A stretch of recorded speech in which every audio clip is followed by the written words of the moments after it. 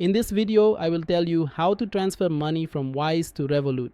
So first, what you need to do is open the Wise app or go to the Wise website. On the home screen, tap the green send button in the top left. Next, choose where you want the money to come from. In this example, I'll use my Wise balance, but you can also select bank or card. After that, Wise will ask who you're sending to. If you haven't added your Revolut account before, tap Add in the top right corner. Select the currency of your Revolut account. Since I'm in the UK, I'll choose GBP, but if you're in the US, you'd choose USD. Then instead of searching Wise, pick Enter Bank Details, choose someone else, and now you'll need to fill in your Revolut account information. For GBP, that means entering the full account holder name, sort code, and account number.